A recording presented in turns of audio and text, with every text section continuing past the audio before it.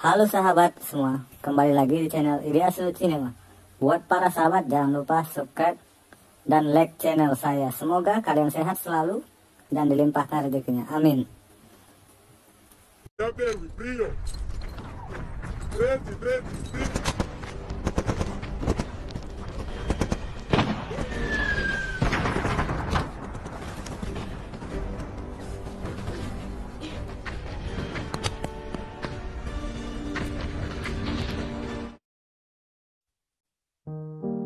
Assalamualaikum guys. Oke, kali ini Mimin akan bahas alur film The Soldier tahun 2019. Film dari Rusia ini menceritakan kisah nyata seorang prajurit termuda dari koloni Uni Soviet pada saat Perang Dunia Kedua.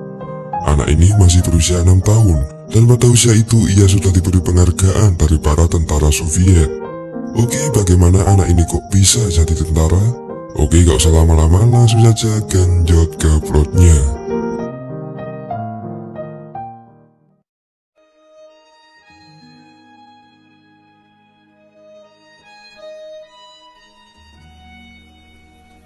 Oke, dikutip dari kisah nyata, film ini menampilkan seorang anak berusia 6 tahun yang bernama Sergei. Anak ini tinggal bersama ibu dan kakaknya yang masih berusia 10 tahun di desa Green, Rusia. Sebelumnya, Sergei telah melewati masa-masa mencekam, di mana pada masa itu adalah puncak-puncaknya dari Perang Dunia Kedua. Ayahnya telah gugur, sedangkan kakaknya telah tewas digantung oleh para tentara Nazi dari Jerman. Setelah musim panas 1942, pasukan Jerman tiba-tiba kembali dan mulai membantai para penduduk desa. Peristiwa itu membuat ibu Sergei panik dan mulai menyuruh anaknya itu untuk segera pergi. Namun naas, ibu Sergei saat itu tewas ditembak oleh tentara Nazi. Bersamaan dengan itu, peristiwa besar terjadi, di mana pada saat itu juga telah terjadi pertempuran antara Jerman dan Rusia yang terkenal sebagai Perang Stalingrad. Karena ketakutan, Sergei pun lari menjauh dari desa. Sergei pun lari sendirian menuju tengah hutan.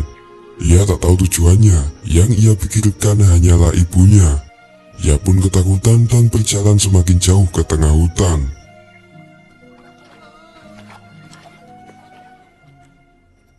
Seharian Sergei berkeliling dan akhirnya ia menemukan sungai. Setelah ia meminum sedikit air, Sergei tiba-tiba melihat para tentara Jerman. Melihat itu, Sergei pun ketakutan dan bergegas untuk bersembunyi. Di balik pohon, Sergei melihat dan mendengar sedikit rencana mereka. Saat itu, ia juga kelaparan dan berharap para tentara itu akan menyisakan makanannya. Untungnya, setelah beberapa saat, para tentara Jerman itu akhirnya pergi. Tampaknya para tentara itu sedang terburu-buru sehingga mereka menyisakan banyak makanan. Selama seminggu, ia mengembara sendirian di dalam hutan. Sergei terus berjalan searah dan meninggalkan tanda di dasar tanah. Di sana ia memakan buah-buahan dan meminum air dari tetesan embun dedaunan. Suatu ketika tiba-tiba rudal terjatuh di belakangnya. Hal itu membuatnya tersungkur dan hampir membuatnya pingsan. Namun dalam kondisi seperti itu, Sergei masih bisa berjalan. Ia mendengar burung-burung yang berterbangan. Hal itu menunjukkan bahwa ada seseorang yang melintasi hutan saat itu. Sergei pun menjauh dan bersembunyi. Sergei bermimpi ibu dan kakaknya yang saat itu masih hidup dengan tenang. Sergei pun terbangun, namun tubuhnya melemas karena kurangnya minuman. Pada saat itu juga hujan pun turun. Hal itu sedikit membuat Sergei lega dan kemudian ia meminum air hujan itu. Namun hal itu masih kurang cukup untuk memulihkan kondisinya saat ini. Namun setelah hujan turun, Sergei ditemukan oleh para tentara Rusia yang saat itu sedang berpatroli. Ia ditemukan oleh seorang mayor yang bernama Mikhail. Pada saat itu para pasukan pun merawatnya karena mengetahui bahwa Sergei adalah korban pembantaian oleh para tentara Jerman. Sergei pun dibawa ke Stalingrad untuk dirawat. Di sana merupakan kamp para tentara Soviet untuk menjaga daerahnya dari penyerangan tentara Jerman. Sergei dirawat oleh wanita cantik yang bernama Nina. Di sana Nina juga bersedia untuk menjadi ibu baru dari Sergei. Sergei pun melihat para tentara yang terluka, bahkan gugur. Hal itu membuat Sergei terobsesi untuk membantu mereka. Nina pun mengingatkan Sergei untuk menjadi anak yang tangguh dalam menghadapi semua masalah. Di sana ia juga sering dijenguk oleh Mayor Mikhail. Sergei pun lebih cepat akrab dengan Mikhail, karena di sepanjang hidupnya ia tak pernah merasakan kasih sayang seorang ayah. Sergei pun menceritakan semua peristiwa yang ia lihat, mulai dari para tetangganya yang di pantai Nazi, hingga kakak dan ibunya yang telah tewas di pantai.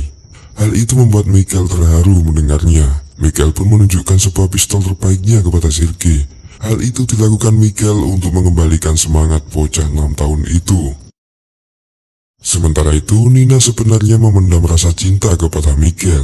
Namun, tampaknya Mikhail adalah pria yang selalu menyembunyikan perasaannya. Nina selalu memperhatikan Mikhail, namun Mikhail selalu membalasnya dengan kesombongan. Ya, intinya Mikhail adalah orang yang sok jual mahal. Nina sebenarnya hanya ingin membuat Mikhail ceria, karena sejak kecil Nina selalu melihat Mikhail yang tampak sedih. Namun upayanya itu selalu dicampakkan oleh Mikhail. Di sana Sergei selalu diajarkan seluk-beluk dalam peperangan. Beberapa prajurit juga selalu mengajarkannya cara menggunakan peralatan tempur. Hal itu membuat semangat Sergei semakin tinggi. Keesokan harinya para tentara Jerman datang kembali dan kemudian menyerang mereka. Namun kekuatan pertahanan mereka memukul mundur para koloni Jerman itu. Disinilah titik awal puncak perang Stalingrad. Mikhail teringat dengan Sergei dan kemudian kembali menjenguknya. Di sana Mikhail mulai iba melihat Sergei. Jauh sebelumnya Sergei juga sudah menganggap Mikhail seperti ayahnya sendiri. Pada saat itu juga Mikhail langsung bersedia untuk mengadopsi Sergei.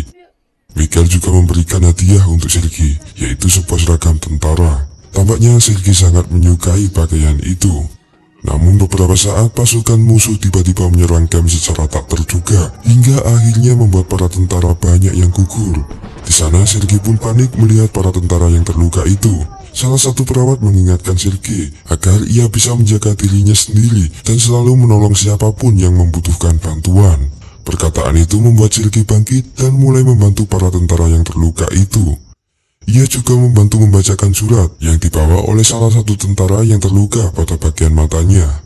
Setelah peristiwa itu, Mikhail mengajaknya untuk jalan-jalan. Namun saat itu mereka melihat bahwa pusat telekomunikasi mereka telah hancur akibat ledakan. Hal itu membuat mereka tidak bisa berkomunikasi dari jarak jauh. Melihat itu, Sergei langsung menawarkan dirinya untuk menjadi pengantar surat atau pesan. Melihat semangat Sergei, Mikhail pun merestuinya. Tugas tersebut membuat Sergei semakin gembira. Para tentara lainnya juga heran melihatnya. Sergei pun langsung membagikan surat yang berisi perintah dari Mayor Mikhail.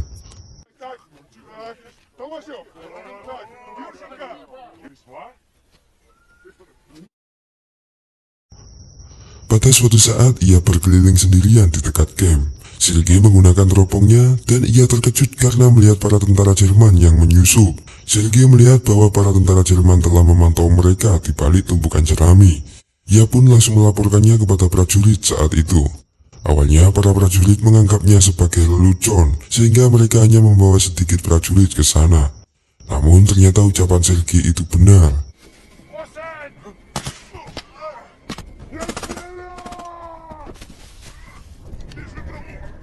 Pada akhirnya mereka berhasil melumpuhkan beberapa mata-mata Jerman itu, dan Sergei pun berhasil mengamankan sebuah monitor. Kejadian itu membuat Sergei diapresiasi oleh Mikhail dan juga tentara-tentara lainnya. Pada esoknya, tentara Jerman kembali menyerang mereka dengan pasukan yang lebih banyak. Guncangan dari ledakan itu membuat Sergei sedikit terhambat dalam mengirim surat-suratnya. Salah satu prajurit memperingatkannya bahwa ini adalah situasi yang berbahaya untuk Sergei. Maka dari itu ia menyuruh Sergei untuk segera kembali. Di tengah ia kembali, Sergei bertemu salah satu prajurit yang sedang sekarat. Prajurit itu berpesan bahwa dirinya harus bisa menyambung kabel telekomunikasi darurat yang sebelumnya telah terputus. Karena hal itu membuat para prajurit kesulitan untuk berkomunikasi dengan komandan. Mendengar itu, Sergei pun nekat untuk menyambung kabel itu yang telah terputus itu. Pada akhirnya komunikasi pun terhubung berkat perjuangan Sergei. Esoknya para prajurit pun melakukan patroli untuk melihat kondisi rakyat. Di sana Sergei juga bertemu teman barunya. Mikhail juga menempatkan Sergei di posisi yang istimewa. Namun di saat perjalanan kembali ke camp, tiba-tiba mereka kembali dibom oleh tentara Jerman. Namun untungnya Mikhail dan Sergei berhasil selamat. Mikhail melihat kondisi desa yang telah porak-poranda. Ia merasa bahwa keadaan akan semakin memburuk, mengingat para tentara Jerman adalah pasukan yang keras kepala dan juga kejam. Malam harinya, Michael pun mengajak Sergei untuk berbincang-bincang berdua. Di sana, Michael mengatakan bahwa rintangan akan semakin sulit dan Sergei pun harus tangguh menghadapinya. Namun, belum selesai mereka berbicara, tiba-tiba musuh kembali menyerang. Bom pun diluncurkan secara bertubi-tubi, sampai akhirnya membuat Mayor Michael terlepas dan kemudian tertimpa oleh gelondongan kayu. Saat itu hanya Sergei lah yang menyadarinya. Ia berusaha memindahkan gelondongan itu, namun karena tak mampu, ia melaporkannya kepada beberapa prajurit.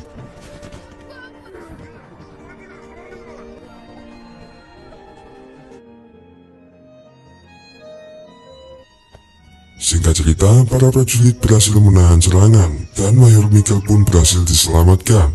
Sergei pun diberi penghargaan karena aksi heroiknya itu. Namun sementara itu, Sergei pun juga sedih karena melihat ayahnya yang telah terluka parah. Namun untungnya peristiwa itu adalah akhir dari peperangan setelah para prajurit mengkonfirmasi bahwa para tentara Jerman telah mundur dari Stalingrad. Mereka pun kembali dengan kondisi wilayah yang aman dari tentara Jerman. Sergei pun dibawa oleh mereka sampai ia tumbuh dewasa.